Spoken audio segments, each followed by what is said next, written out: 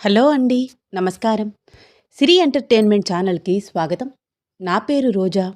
ఇప్పుడు నేను చెప్పబోయే స్టోరీ 'నీ ప్రేమకై ఎదురుచూసే నీ సీత' ఎపిసోడ్ 39. స్టోరీలోకి వెళ్ళే ముందు చిన్న రిక్వెస్ట్. ఈ స్టోరీ మీకు నచ్చితే తప్పకుండా లైక్ చేయండి, షేర్ చేయండి, సబ్స్క్రైబ్ చేసి నన్ను ఎంకరేజ్ చేయండి. అలాగే ఇన్‌స్టాగ్రామ్‌లో కూడా నన్ను ఫాలో అవ్వండి. ఇంకా ఆలస్యం చేయకుండా స్టోరీలోకి వెళ్ళిపోదాం. పవిత్ర వంటింట్లోకి వెళ్ళగానే, ఏయ్! ఏంటి బావా? పిచ్చి పిచ్చి వేషాలేస్తున్నావా? మా అమ్మకి నా మీద చెప్తున్నావేంటి? లేనిపోనివన్నీ? కోపంగా అంది సీత. పిచ్చి పిచ్చి వేషాలు వెయ్యాలనే ఉందిరా. కానీ నువ్వు నన్ను దూరంగా ఉంచుతున్నావు కదా! చాలు చాలు ఇంకా ఆపు బావా. చాలా ఎక్కువ చేస్తున్నావు. నీకు పిచ్చి పట్టింది. ఒసేయ్! పెళ్ళైన కొత్తలో ఎవ్వరైనా నాలాగే ఉంటారు. నిజం చెప్పు. నీకు నేను అంత దగ్గరగా వచ్చి మాట్లాడుతుంటే ఫీలింగ్స్ రాలేదా? సీత ఏమీ మాట్లాడట్లేదు. బుగ్గలు ఎర్రబడుతున్నాయి. సీత ఫేస్ ఎక్స్‌ప్రెషన్స్ గమనిస్తూ, అదిగో మళ్ళీ ఆలోచిస్తున్నావు. రొమాంటిక్ ఫీలింగ్స్ వస్తున్నాయి కదా! ఛీ! బావా! నీకస్సలు సిగ్గులేదురా! ఏయ్! నీ దగ్గర నాకెందుకే సిగ్గు? సరే సరే. నువ్వు హాస్పిటల్‌కి వెళ్ళట్లేదా ఈరోజు? వెళ్తానే, ఇంకా టైం అవ్వలేదు కదా! నువ్వేంటి కాలేజ్‌కి వెళ్ళట్లేదా? నాకు స్టమక్ పెయిన్‌గా ఉంది బావా! బాగా ఎక్కువగా ఉందా? హా! చాలా. అందుకనే కాలేజ్‌కి వెళ్ళట్లేదు. ఉండు ఇప్పుడే వస్తాను అంటూ వంటింట్లోకి వెళ్ళాడు రామ్. పవిత్ర వంట పనిలో బిజీగా ఉంది. అత్తయ్య కొంచెం పక్కకు తప్పుకోవా? రామ్ మాట వినిపించడంతో వెనక్కి తిరిగి చూసింది పవిత్ర. ఏం కావాలి రామ్? కాఫీ ఏమన్నా ఇవ్వనా? ఆహా కాదు అత్తయ్య, జింజర్ టీ పెట్టాలి అత్తయ్య, కొంచెం స్ట్రాంగ్‌గా. నేను పెడతాను, నువ్వు కూర్చో రామ్. హుహు. నేను ప్రిపేర్ చేస్తానత్తయ్య. కొంచెం మీరు పక్కకు రండి. పవిత్ర భుజాల మీద చేతులు వేసి పక్కనే ఉన్న చైర్‌లో కూర్చోపెడుతూ, అత్తమ్మా కాసేపు నువ్వు రిలాక్స్‌గా కూర్చో. నా పెళ్ళానికి నేను టీ పెట్టుకునే అవకాశం నాకివ్వు అన్నాడు రామ్ నవ్వుతూ. బావుంది.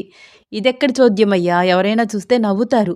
ఇంటికి వచ్చిన అల్లుడితో పని చేయిస్తున్నాను అని. పవిత్ర ముసిముసిగా నవ్వింది. తప్పేముందత్తమ్మా? నేను సీత చక్కగా అన్యోన్యంగా ఒకరికి ఒకరం తోడుగా ఉండాలనే కదా పెళ్లి చేశారు. అదలా బాధపడుతుంటే నేనేమీ పట్టనట్లు ఎలా ఉంటాను? సెల్ఫ్ సాటిస్ఫాక్షన్ కోసమైనా ఏదో ఒకటి చెయ్యని అత్తయ్యా.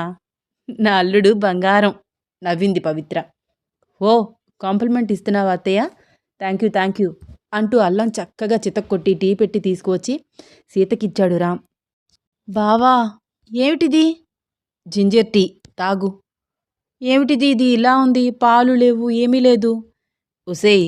జింజర్ టీలో పాలు వెయ్యరు. అల్లం వేసి మరిగించి నిమ్మకాయ పిండుకుని తీసుకొచ్చాను. పీరియడ్ టైంలో బాగా మంచిగా ఉంటుంది తాగితే. ఇది ఒక హోమ్ రెమెడీ. రామ్ బలవంతం చేస్తుంటే సీతకి తాగక తప్పలేదు. అయినా నొప్పికి సీత బాధపడుతూనే ఉంది. ఏంటి సీత? కొంచెం కూడా రిలీజ్ అవ్వలేదా నొప్పి? లేదు బావా, పీరియడ్ వచ్చిన ప్రతిసారి నొప్పితో చచ్చిపోతున్నాను. తట్టుకోవడం చాలా చాలా కష్టంగా ఉంది. ఒక హాఫ్ అన్ అవర్ చూసినా సీత నొప్పి తగ్గకపోవడంతో మళ్ళీ వంటింట్లోకి వెళ్ళి పసుపు పాలు చక్కగా కాచి తీసుకువచ్చి ఇచ్చాడు. ఇవి తాగు సీత, కొంచెం తగ్గుతుంది. ఆహా నాకేం వద్దు బావా, నేనిప్పుడేం తాగలేను. నన్నొదిలేయిరా బాబు. అలా అంటే ఎలా? ప్లీజ్ లేచి కూర్చో. నువ్వు మరీ అలా ముడుచుకుపోయి బాధపడుతూ ఉంటే ఇంకా ఇంకా నొప్పొస్తుంది తప్ప తగ్గదు. లేచి కూర్చుని కొంచెం రిలాక్స్‌గా చిన్నగా సిప్ చేస్తూ ఈ పాలు తాగు. సీత పసుపు వేసి తీసుకువచ్చిన పాలు తాగింది. గోడవారికి తిరిగి ముడుచుకుని పడుకుంది. హాఫ్ అన్ అవర్ అయిన తర్వాత అడిగాడు Ram. Sita are you alright? బావా ప్లీజ్ నన్నొదిలేయిరా, అన్నిసార్లు అడగకు. నువ్వేం చేసినా సరే ఈ పీరియడ్ పెయిన్ తగ్గదు నాకు. నా బాధ నేను పడతాను గానీ నువ్వు క్లినిక్‌కి పోరా బాబు. పేషెంట్స్ వచ్చే టైం అయింది కదా నీకు, చూసుకో. నువ్విలా ఏడుస్తూ బాధపడుతూ ఉంటే నేను క్లినిక్‌కి ఎలా వెళ్తాను సీత? ఆదిత్యతో చెప్తాను, వాడు ఈరోజు చూసుకుంటాడు. నేను నీ దగ్గరే ఉంటాను. సీత ఏమీ మాట్లాడలేదు. రామ్ వైపు ఒక్కసారి అలా చూసి తన నొప్పిని భరించలేక విలవిలలాడుతూ ముడుచుకుని పడుకుంది.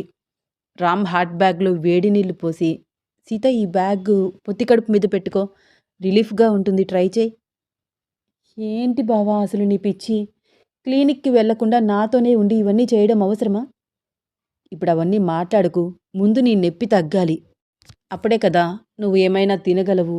ఏదైనా తాగడం, లేకపోతే నిద్రపోవడం, ఏం చేయాలన్నా ముందు నొప్పి తగ్గాలి. ఇలా పెయిన్ వస్తూ ఉంటే తినలేరు, నిద్రపోలేరు. అంటూ హాట్ బ్యాగ్ అందించాడు రామ్. రామ్ సీత మీద చూపిస్తున్న ప్రేమను చూసి పవిత్ర కళ్ళల్లో నీళ్లు తిరిగాయి.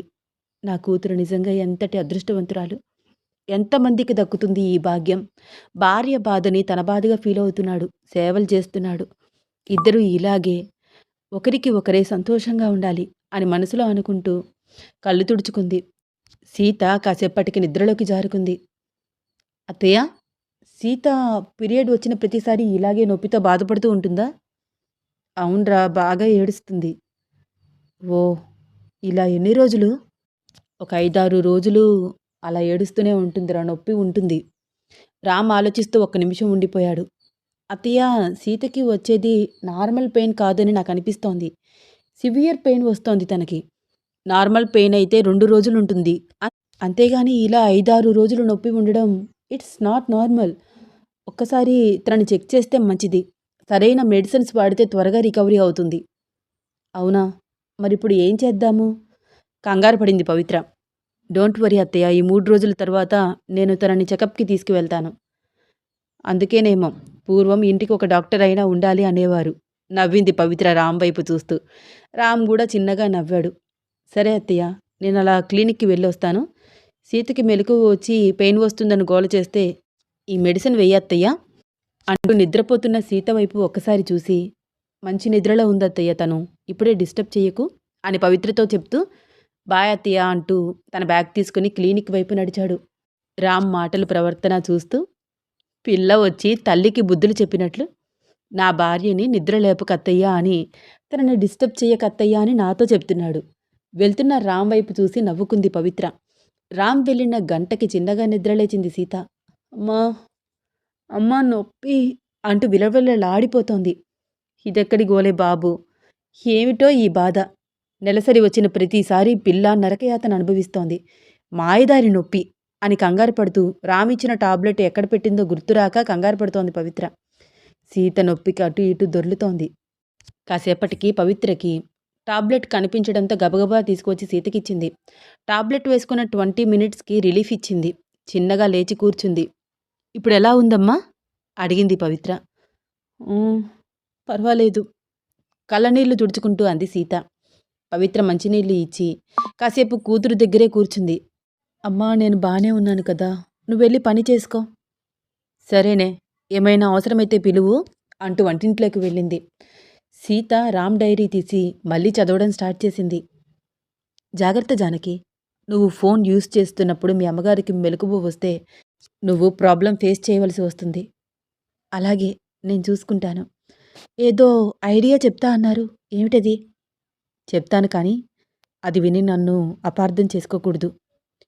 అసలు మీరు ఏం చెప్పాలని అనుకుంటున్నారు? జానకి, మీ ఇంట్లో పై చదువులకు ఎవరూ ఒప్పుకోరు. నీకేమో చదువుకోవడం ఇష్టమన్నావు కదా, అవునా కాదా? అవును అన్నాను.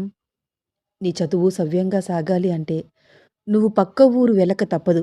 అందుకు మీ ఊర్లో వాళ్ళు ఎవ్వరూ ఒప్పుకోరు, అవును కదా? అవును రామ్గారు. జానకి, నేను ఇలాంటి సలహా ఇస్తున్నానని తప్పుగా అనుకోవద్దు. నేనిచ్చే సలహా పాటించడం పాటించకపోవడం పూర్తిగా నీ ఇష్టం. అసలు మీరు ఏం చెప్పాలనుకుంటున్నారు? ముందు అది చెప్పండి. జానకి, మీ ఊరు సంప్రదాయం ప్రకారం 20 ఏళ్ళు వచ్చిన ప్రతి అమ్మాయికి పెళ్లి చేసేస్తారు. ఆ లెక్కన ఇప్పుడు నీకు కూడా పెళ్లి సంబంధాలు చూస్తున్నారేమో కదా? అవును, అమ్మ నాన్న వాళ్ళు అదే పనిలో ఉన్నారు. చదువుకి పెళ్ళికి సంబంధం ఉంటుందని నువ్వు అనుకుంటున్నావా? అలా ఏమీ అనుకోవట్లేదు. కానీ నా పెళ్ళైన తర్వాత ఆల్మోస్ట్ నా చదువుకి పులి స్టాప్ పెట్టినట్లే కదా? ఒకవేళ నిన్ను అర్థం చేసుకుని నీ ఇష్టాలకు, నీ అభిప్రాయాలకు గౌరవం ఇచ్చే అతనే నీ లైఫ్‌లోకి వస్తే? కానీ నా తలరాత అలా రాసిలేదు. ఆల్రెడీ నా పెళ్ళి నిశ్చయం అయిపోయింది మా బావతో. నేను కనీసం ఇంటర్ సెకండ్ ఇయర్ వరకు అయినా చదువుకున్నాను. కానీ వాడు పొట్టకొస్తే ఒక్క అక్షరం ముక్క కూడా లేదు. నేనెంత ఏడ్చినా మా నాన్న వాళ్ళు నన్ను వాడికే ఇచ్చి పెళ్లి చేయడానికి సిద్ధపడుతున్నారు. తను పంపించిన మెసేజ్ చూసి నా మైండ్ పనిచేయలేదు. ఆ రోజు జానకి నన్ను చూసి కన్నీళ్లు పెట్టుకోవడానికి కారణం అదేనా? మనసులో చిన్న క్వశ్చన్. జానకి, నేనొకటి స్ట్రైట్‌గా అడుగుతాను, సమాధానం చెప్పు. నీకీ పెళ్లి ఇష్టమా? అస్సలిష్టం లేదు రామ్‌గారు. మరైతే నేను చెప్పినట్లు చేస్తావా? ఏం చేయాలి? నాతో వచ్చేస్తావా? హా? మీరేం మాట్లాడుతున్నారు డాక్టర్ బాబు? జానకి, నేను నిన్ను పెళ్లి చేసుకోవాలని అనుకుంటున్నాను. పెళ్లి చేసుకున్నాక నీ ఇష్టానికి వ్యతిరేకంగా ఉండను. బాగా చదివిస్తాను. అప్పటి వరకు మనం పేరుకు మాత్రమే భార్యాభర్తలం. నీ ఇష్టంతోనే నేను ఏ పనైనా చేస్తాను. ఏ విషయంలో కూడా నేను నిన్ను బలవంతం చేయను. I swear. లాంగ్ మెసేజ్ పెట్టాడు రామ్. జానకి నుంచి 15 మినిట్స్ దాటుతున్న మెసేజ్ లేదు. ఏంటి జానకి, ఇలా అడుగుతున్నానని నా మీద కోపం వచ్చిందా? లేదు డాక్టర్ బాబు, నేను మీకు ఒక పెద్ద విషయం చెప్పాలి. ఏంటి చెప్పు, మెసేజ్ చెయ్యి. ఇలా కాదు, రేపు మీ క్లినిక్ దగ్గరికి వస్తాను. అప్పుడు నేను మీతో చాలా క్లియర్గా మాట్లాడతాను. సరే, నేను నీకోసం నీ ఆన్సర్ కోసం వెయిట్ చేస్తూ ఉంటాను. ఇంతకీ ఏ టైంకి వస్తావు? సాయంత్రం 6 దాటిన తర్వాత వస్తాను, సరేనా? ఓకే, నేను వెయిట్ చేస్తూ ఉంటాను. ఉంటాను డాక్టర్ బాబు. ఫోన్ స్విచ్ ఆఫ్ చేస్తున్నాను. అమ్మకి మెలకువ వస్తే మళ్ళీ ప్రాబ్లం కదా. Okay, bye, good night. Bye doctor బాబు, గుడ్ నైట్. సీతా, సీతా, నిన్నేనే పిలుస్తున్నాను, పలకవేంటి? పవిత్ర గట్టిగా అరుస్తూ ఉండడంతో డైరీ మూసేసింది సీత. అబ్బబ్బా, ఏంటమ్మా, ఎందుకలా అరుస్తావు? టైం చూడవే, 1 గంట అవుతుంది. ఏమైనా తినేది ఉందా లేదా ఈరోజు? అంటూ పెసరపప్పు అన్నం తన ముందు పెట్టింది. అబ్బా అమ్మా, పులగమా? అవునే, ఇప్పుడు అదే తినాలి. పీరియడ్స్ వచ్చినప్పుడు పులగం అన్నం తింటే చలవ చేస్తుంది. పైగా నీకు అసలే ఒంట్లో బాలేదు. మంచిది, నోరు మూసుకుని తిను. వాళ్ళ అమ్మాయి ఇచ్చిన పులగమన్నం కొంచెం కొంచెం తింటూ ఆలోచిస్తోంది సీత. తర్వాత ఏం జరిగి ఉంటుంది? జానకి క్లినిక్కి వచ్చి ఏం చెప్పి ఉంటుంది? బావ ప్రపోజల్కి ఓకే చెప్పి ఉంటుందా? అంతే అయ్యుంటుంది. సరిగ్గా అమ్మ వచ్చి నన్ను డిస్టర్బ్ చేస్తుంది అనుకుంటూ ఆలోచిస్తూ ఫుడ్ తింటోంది సీత. సీతకి అన్నం పెట్టి తాను కూడా కొంచెం తిని నిద్రపోయింది పవిత్ర. రామ్కి కాల్ చేసింది సీత. వెంటనే లిఫ్ట్ చేశాడు రామ్. ఏంటే, గుర్తొస్తున్నానా? ఏదో నెల రోజుల తర్వాత ఫోన్ చేసినట్టు మాట్లాడుతున్నావేంటి బావా? నువ్వేమైనా తిన్నావా లేదా? ఇంకా ఏం తినలేదే. మరిప్పుడు ఇంటికి రావచ్చు కదా, భోజనం చేసి వెళ్ళొచ్చు కదా. క్లినిక్లో పేషెంట్స్ ఉన్నారు సీత. ఆ పేషెంట్స్ అందరినీ చూడాలంటే ముందు నువ్వు బాగుండాలి కదా బావా, టైంకి తినాలి కదా. అరే, ఏంటే అరుస్తున్నావు? ఇంకొక 2 ఉన్నారు, వాళ్ళని చూసి అప్పుడు వస్తాను, సరేనా? త్వరగా రా. అలాగే, నువ్వేమైనా తిన్నావా? తిన్నాను, అమ్మ పులగం వడ్డించింది. ఓ, ఈ టైంలో పులగం తినడం నీకు మంచిదేలే. అత్తయ్య ఇంటెలిజెంట్. అబ్బో, మీ అత్తయ్యకి నువ్వే కాంప్లిమెంట్ ఇవ్వాలి మరి. సరే సరే, వచ్చాక మాట్లాడుకుందాం, కొంచెం బిజీరా. ఓకే, బాయ్ బావా. కాల్ కట్ చేసింది సీత. సీత మళ్ళీ డైరీ చదవడం స్టార్ట్ చేసింది. ఆ రోజు జానకి క్లినిక్ దగ్గరికి ఎప్పుడు వస్తుందా అని ఎంతలాగా వెయిట్ చేశానో. కొత్త షర్ట్ వేసుకున్నాను. అద్దంలో నన్ను నేనే 100 సార్లు చూసుకున్నాను. జుట్టు మళ్ళీ మళ్ళీ దువ్వుతూనే ఉన్నాను. క్యాంప్ దగ్గరికి పేషెంట్స్ వస్తుంటే ఒకవైపు వాళ్ళని చెకప్ చేస్తూనే జానకి కోసం వెయిట్ చేస్తున్నాను. టైం 7:30 అయింది. ఇంకా జానకి రాదు. 6కి వస్తానని చెప్పింది. వచ్చేదైతే ఈ పాటికి వచ్చేది. చాలా బాధ అనిపించింది. తనతో మాట్లాడాలని ఉంది, మెసేజ్ చేయాలని ఉంది. కానీ ఫోన్ సేఫ్గా ఉంచుకుందో లేదో. తన నుంచి మెసేజ్ వచ్చే వరకు వెయిట్ చేయాలి అనుకుంటూ ఫోన్ పట్టుకుని అటూ ఇటూ తిరుగుతున్నాను. అప్పుడు వచ్చింది జానకి. ఒక చేతిలో క్యారియర్, మరొక చేతిలో అరిటాకు, లంగావోని కట్టుకుని ముద్దబంతి పువ్వులాగా కనిపించింది. లోపలికి రావచ్చా రామ్గారు? స్వీట్ వాయిస్తో అడిగింది. నా కళ్ళు మెరిశాయి. తనని చూస్తూ నన్ను నేను మర్చిపోయాను. రాజానికి, నువ్వు రావేమో అనుకున్నాను. తన వైపు అలాగే చూస్తూ అన్నాను. వస్తాను అని చెప్పాను కదా, తప్పకుండా వస్తాను. చెప్పావు, కానీ చాలా లేట్ అయింది కదా. ఇంకా రావు అనుకుంటున్నాను. అంటే ఈ టైం వరకు మీకు పేషెంట్స్ ఉంటారు కదా, ప్రశాంతంగా మిమ్మల్ని తిననివ్వరు. తిన్నా కొంచెం తిని మీరు లేచిపోతారు. అందుకని కొంచెం సేపు ఆగి వచ్చాను. ఇంట్లో ఏమీ ప్రాబ్లం రాలేదు కదా? ఏం చెప్పొచ్చావు? మొన్న అమ్మ కోసం మీరు సిటీకి వెళ్ళి మందులు తీసుకొచ్చి ఇచ్చారు కదా. డాక్టర్ బాబుకి టిఫిన్ చేసి ఇద్దామమ్మా, కడుపు నిండా తింటారు, నీకు మందులు తీసుకొచ్చారు కదా అని అన్నాను. మా అమ్మ వెంటనే క్యారియర్ కట్టి నా చేతిలో పెట్టింది. పర్వాలేదు జానకి, నీకు తెలివితేటలు బాగానే ఉన్నాయి. నేను తనకి కాంప్లిమెంట్ ఇస్తుంటే ఎంత అందంగా నవ్విందో, భలే బాగుంది. అలా చూస్తూ ఉండిపోవాలనిపించింది. సీత వెంటనే పుస్తకం మూసేసింది. కడలేనంత కోపం వస్తోంది. ఏంటి, తను అంత బాగుందా? నాకన్నా బాగుంటుందా? ఎందుకు నాకు ఇంత కోపం వచ్చేస్తోంది? వెళ్ళి లేచి తనని తాను అద్దంలో చూసుకుంది. నేను బాగానే ఉన్నాను కదా, బావ నన్ను చూసి కూడా అలాగే ఫీల్ అవుతాడా? బుంగమూతితో మళ్ళీ తిరిగి వచ్చి డైరీ ఓపెన్ చేసి చదువుతోంది. నాకు తనతో మాట్లాడాలని ఆత్రంగా ఉంది, కానీ తనేమీ మాట్లాడట్లేదు. అరిటాకు వేసి నీళ్లు చల్లి ఇడ్లీలు చట్నీ వడ్డిస్తోంది. నేను మాట్లాడబోతుంటే, డాక్టర్ బాబు, ముందు మీరు టిఫిన్ తినండి, తినేటప్పుడు మాట్లాడకూడదు అంది. గబగబా 4 ఇడ్లీలు తిని చేయి కడుక్కున్నాను. అదేంటి అప్పుడే అయిపోయిందా? మీరు సరిగ్గా తినట్లేదు. నేను నీతో మాట్లాడాలి జానకి. తను తీసుకువచ్చిన క్యారియర్ ప్యాక్ తీసుకుంటూ కళ్ళు ఎత్తి నా వైపు చూసింది. ఏమిటో చెప్పండి అన్నట్లు. నా మీద నీకు చాలా కోపంగా ఉన్నట్లుంది. కోపం ఎందుకు? కోపం ఉంటే అసలు నేను ఇక్కడికి వస్తానా చెప్పండి. మరైతే నేనంటే నీకు ఇష్టమేనా? మనం పెళ్లి చేసుకుందామా? జానకి ఒక్క నిమిషం మౌనంగా తలదించుకుని ఉండిపోయింది. ఆ క్షణం తన మాట కోసం నేను ఎంత తప్పించానో. జానకి, నీకు ఇష్టం లేకపోతే నేను ఫోర్స్ చెయ్యను. ఏదైనా పర్వాలేదు, ఓపెన్గా చెప్పు. 15 మినిట్స్ తర్వాత నేనే మాట్లాడాను. ఫస్ట్ టైం చాలా బాధగా అనిపిస్తోంది రామ్గారు. అవునా? ఎందుకు? నేను నిన్ను అలా అడిగితే బాధగా అనిపిస్తుందా? కాదు, మీ జీవిత భాగస్వామి అవ్వలేకపోతున్నందుకు బాధగా అనిపిస్తోంది. అదేంటి అలా అంటావు? నీకు ఇష్టమైతే చెప్పు, మా పెద్దవాళ్ళు వచ్చి మీ అమ్మ వాళ్ళతో మాట్లాడతారు. వద్దు రామ్గారు, వద్దు. ఇప్పటికే నా జీవితం మీద నేను చాలా ఆశలు పెట్టుకున్నానేమో అనిపిస్తూ ఉంటుంది. బాగా చదువుకోవాలి అన్న ఆశ, అది కూడా నెరవేరుతుంది అన్న నమ్మకం లేదు. నేను మిమ్మల్ని ఒకసారి అడిగాను, మీకు గుర్తుందా? డాక్టర్ అవ్వాలి అంటే ఎన్ని ఇయర్స్ చదువుకోవాలి అని. అవును, అడిగావు. ఎందుకు అడిగానో తెలుసా? ఒక ఐడియా కోసం అడిగి ఉంటావు, అంతేనా? కాదు రామ్గారు, కాదు.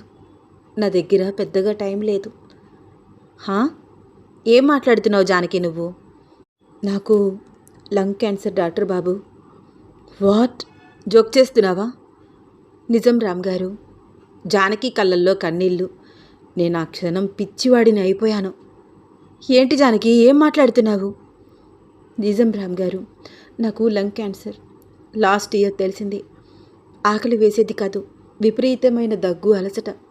నోట్లో నుంచి బ్లడ్ వస్తూ ఉండేది. చాలా ఆయాసం. ఇంటి దగ్గర ఉండే డాక్టర్ వచ్చి మందులు ఇచ్చి వెళ్ళిపోతూ ఉండేవాడు. చాలా రోజులు నెగ్లెక్ట్ చేశాము. ఎంతకీ తగ్గకపోయేసరికి నాన్నతో కలిసి ఒకరోజు మల్టీ స్పెషాలిటీ హాస్పిటల్లో చెకప్కి వెళ్ళాను. అక్కడ పనిచేసే డాక్టర్ మా సీనియర్. నాకు చాలా బాగా తెలుసు. పేరు భరత్. అతను ఇచ్చిన సలహా మేరకు బ్లడ్ టెస్ట్ చేయించుకున్నాను. రిపోర్ట్స్ రావడానికి 4-5 గంటలు పడుతుంది అన్నారు. నాన్నకి ఆ రోజు ఊరిలో పంచాయతీ మీటింగ్ ఉంది. నన్నేమో అక్కడే ఒంటరిగా వదిలేయడం నాన్నకి ఇష్టం లేదు. ఏం చేయాలో అర్థం కాక తటపటాయిస్తుంటే, నాన్న మరేం పర్వాలేదు, కార్ డ్రైవర్ ఉన్నాడు కదా, వచ్చేస్తాను, మీరు వెళ్ళండి అని నేనే నాన్నని పంపించేశాను. జాగ్రత్తమ్మా అంటూ 1కి 2 సార్లు చెప్పి ఆయన వెళ్ళిపోయారు.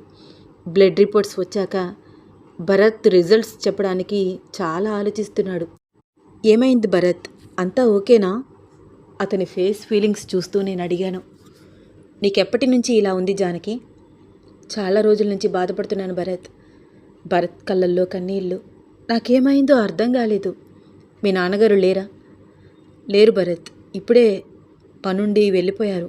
ఏమైంది నాతో చెప్పు. నువ్వు ఇంటికి వెళ్ళు జానకి, నేను ఇంటికి వచ్చి మీ పేరెంట్స్ని కలుస్తాను. నీ కండిషన్ వాళ్ళకి అర్థమయ్యేలాగా చెప్తాను. అసలు ఏమైందో ముందు నాతో చెప్పు భరత్. భరత్ ఆలోచిస్తున్నాడు. ప్లీజ్ భరత్, ఏమైనా పర్వాలేదు, నేను హ్యాండిల్ చేయగలను. జానకి, నీకు చెప్పాలో లేదో కూడా నాకు అర్థం కావట్లేదు. పర్వాలేదు చెప్పు భరత్, ఏమైంది నాకు? నీకు lung cancer, 4th stage. Recovery లేదు. మెడిసిన్స్ రెగ్యులర్గా వాడితే, ట్రీట్మెంట్ రెగ్యులర్గా తీసుకుంటే మహా అయితే ఇంకా ఒక 2 ఇయర్స్ అని భరత్ చెప్తుంటే నాకు పిచ్చెక్కిపోయింది. నాకన్నా ఎక్కువగా మా అమ్మా నాన్న గురించి భయం వేసింది. నన్ను క్షణం వదిలి ఉండలేరు వాళ్ళు. నాకు చిన్న దెబ్బ తగిలితేనే తట్టుకోలేరు. లేక లేక కలిగిన సంతానం కావడంతో నా మీదే వాళ్ళు ప్రాణాలు పెట్టుకున్నారు. కాలు కింద పెట్టకుండా ఎంతో అపురూపంగా పెంచారు నన్ను. ఏదడిగితే అది తీసుకువచ్చి పెట్టేవారు. ఒక రాకుమారిని చూసినట్లు చూస్తారు. అలాంటి తల్లిదండ్రులకి ఈ విషయం తెలిస్తే తట్టుకోలేరు అనిపించింది. భరత్ని రిక్వెస్ట్ చేసి ఈ విషయం అమ్మ వాళ్ళకు తెలియకుండా ఆపాను. భరత్ ఇచ్చే మందులు రెగ్యులర్గా వాడుతున్నాను. చాలా చాలా ఎమోషనల్ అవుతూ జానకి చెప్తూ కళ్ళు తుడుచుకుంటోంది పవిట కొంగుతో. నేనస్సలు అలా చూస్తూ ఉండిపోయాను జానకి వైపు.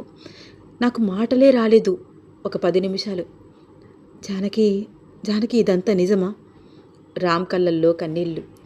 నిజం రామ్ గారు, కావాలంటే రేపు నా రిపోర్ట్స్ తీసుకువస్తాను. భరత్ నెంబర్ ఇస్తాను, మాట్లాడండి. ఓ గాడ్! మరి మరి నీకు పెళ్లి సెట్ అయింది కదా?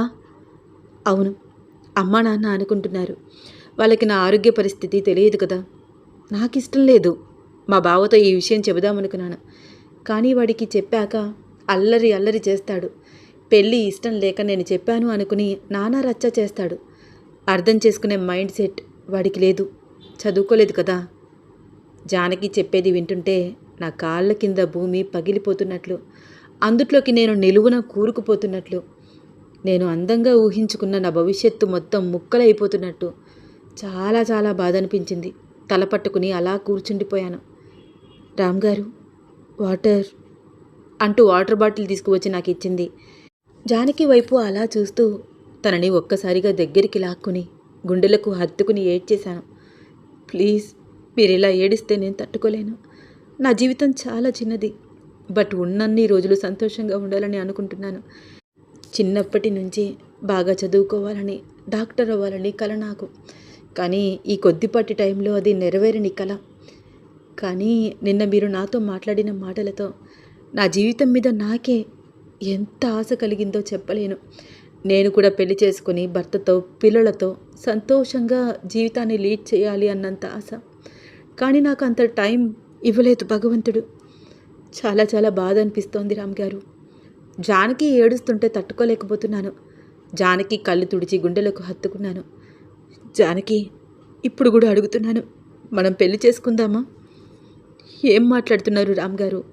నేను ఎక్కువ కాలం జానకి చెప్తుంటే తన నోటికి నా చేతిని అడ్డు పెట్టేశాను. ఉన్నంతకాలం, నువ్వు ఉన్నంతకాలం నాతో ఉండు జానకి. మీ గురించి ఆలోచించుకోరా రామ్గారు. నాకు నీతో గడిపే కొన్ని క్షణాలైనా చాలు. నీకిష్టమైతే నువ్వు ఉన్నన్ని రోజులు భార్యాభర్తలుగా ఉందాము. నా మాటలకి జానకి కళ్ళల్లో కన్నీళ్ళు, చెప్పలేని ఎన్నో భావాలు. నా వైపు చూస్తూ అలాగే ఉండిపోయింది ఒక్క నిమిషం. కానీ రామ్గారు, ఇందుకు మా ఇంట్లో అస్సలు ఒప్పుకోరు. క్యాస్ట్ ఫీలింగ్స్ ఎక్కువ. పైగా మా బావకి చెయ్యాలని గట్టిగా అనుకుంటున్నారు. నీకు ఇష్టం లేదు కదా? పోనీ నీ హెల్త్ విషయం మీ అమ్మా నాన్నకి చెప్పేసే. భరత్ని వచ్చి మాట్లాడమను. అప్పుడు వాళ్ళు నీకు ఉన్న ఈ కొద్దిపాటి టైంలో నిన్ను హ్యాపీగా ఉంచడానికి ఏం చేయాలో అది చేస్తారు. మన పెళ్ళికి ఒప్పుకుంటారు కదా. తన కళ్ళు తుడుస్తూ తన చేతులు పట్టుకుని తన కళ్ళల్లోకి చూస్తూ మాట్లాడుతున్నాను నేను. ఈ విషయం తెలిస్తే మా అమ్మ చచ్చిపోతుంది రామ్గారు. పిచ్చి ప్రేమ నేనంటే. మా నాన్న పిచ్చోడైపోతాడు. వాళ్ళిద్దరూ బాగుండాలి రామ్గారు. వాళ్ళు బాధపడకూడదు. నేను వాళ్ళకి చాలా చాలా లేట్ వయసులో పుట్టాను. తట్టుకోలేరు, అస్సలు తట్టుకోలేరు. మరేం చేద్దాం అనుకుంటున్నావు జానకి? మీరు నాకు ఒక మాట ఇస్తే నేను మీతో ఈ క్షణమే వచ్చేస్తాను. ఏంటి జానకి? నేను ఏదో ఒకరోజు మీ జీవితంలో నుంచి వెళ్ళిపోతాను, చచ్చిపోతాను. అది నాకు తెలుసు.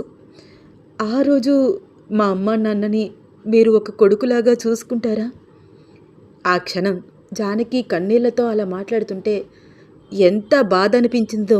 గుండెను ఎవరో కోసేస్తున్నట్లు, నిలువున నన్ను చంపేస్తున్నట్లు, నా ప్రాణమే పోతున్నట్లు. మిమ్మల్నే రామ్గారు, నా మాట వింటారా? వాళ్ళని మీరు చూసుకుంటారా? నేను చనిపోయాక నా గురించి ఆలోచిస్తూ మీ లైఫ్ కూడా స్పాయిల్ చేసుకోకూడదు. ఇంకొక మంచి అమ్మాయిని పెళ్లి చేసుకోవాలి. ఆ అమ్మాయిని బాధ పెట్టకూడదు. మీకు కూడా ఒక జీవితం ఉండాలి. ఒంటరిగా ఉండిపోను అని మీరు మాటిస్తే నేను ఈ క్షణమే, ఇప్పుడే మీతో రావడానికి సిద్ధంగా ఉన్నాను. నాకేం మాట్లాడాలో అర్థం కాలేదు. పిచ్చివాడిలా తననే చూస్తూ కన్నీళ్లతో నిలబడిపోయాను. ఏంటి రామ్గారు, ఈ అమ్మాయి రావడమే ఇన్ని మాటలు మాట్లాడుతుంది, వచ్చేస్తాను అని అంటుంది అని అనుకుంటున్నారా? లంగ్ క్యాన్సర్ అని చెప్పింది, బాగా చదువుకోవాలని అంటోంది. మరొక వైపు తాను చనిపోయిన తర్వాత వాళ్ళ అమ్మా నాన్నల గురించి ఆలోచిస్తోంది. ఇంకొక వైపు నా పెళ్లి గురించి మాట్లాడుతోంది. నాతో వచ్చేస్తాను అంటుంది. నేను చనిపోయాక మీరు ఒంటరిగా ఉండకూడదు అంటుంది. ఇన్ని మాటలు ఏమిటా అని ఆలోచిస్తున్నారా? ఎందుకంటే ఉన్నన్ని రోజులు నాతో ఉండు జానకి, కొన్ని రోజులైనా నీతో నేను లైఫ్ షేర్ చేసుకుంటాను అని మీరు అడుగుతున్నారు కదా. ఆలోచించుకుని తర్వాత నాకు డెసిషన్ చెప్పండి. నా దగ్గర టైం లేదు. మీకు ఇష్టమైతే మీతో వచ్చేస్తాను. కన్నీళ్లు తుడుచుకుని క్యారియర్ తీసుకుని వడివడిగా వెళ్ళిపోయింది. ఆ రోజు నేను ఎంత ఏడ్చానో నాకే తెలియదు. పిచ్చెక్కిపోయింది. ఏదేదో ఊహించుకున్నాను నా లైఫ్ గురించి, కానీ జరిగేదంతా మరోలాగా ఉంది. నా ఫోన్ తీసుకుని జానకి ఇచ్చిన నెంబర్కి డయల్ చేశాను. డోర్ చప్పుడు అవుతూ ఉండడంతో డైరీ మూసేసింది సీత. వస్తున్న కన్నీళ్లు తుడుచుకుని వెళ్ళి తలుపు తీసింది. రామ్ నవ్వుతూ కనిపించాడు. హాయ్ సీత అంటూ సీతని ఒక్కసారి అబ్జర్వ్ చేసి, ఏమైందిరా, కళ్ళేంటి అంత ఎర్రగా ఉన్నాయి అడిగాడు. ఆహా, ఏం లేదు బావా, ఫోన్లో ఏదో సెంటిమెంట్ సీన్ చూస్తుంటే అంటూ పక్కకు తిరిగిపోయి కళ్ళనీళ్లు తుడుచుకుంటోంది సీత. రామ్ హాస్పిటల్లో బాగా టైర్డ్ అయిపోయి రావడంతో సోఫాలో కూర్చుని కాసేపు రిలాక్స్ అవుతున్నాడు. ఈ స్టోరీలో నెక్స్ట్ ఏమవుతుంది తెలుసుకోవాలని ఉందా? అయితే వచ్చే ఎపిసోడ్ కోసం వెయిట్ చేస్తూ ఉండండి. ఈ స్టోరీ మీకు నచ్చితే తప్పకుండా లైక్ చేయండి, షేర్ చేయండి, సబ్స్క్రైబ్ చేసి నన్ను ఎంకరేజ్ చేయండి. అలాగే ఇన్స్టాగ్రామ్లో కూడా నన్ను ఫాలో అవ్వండి. ధన్యవాదాలు.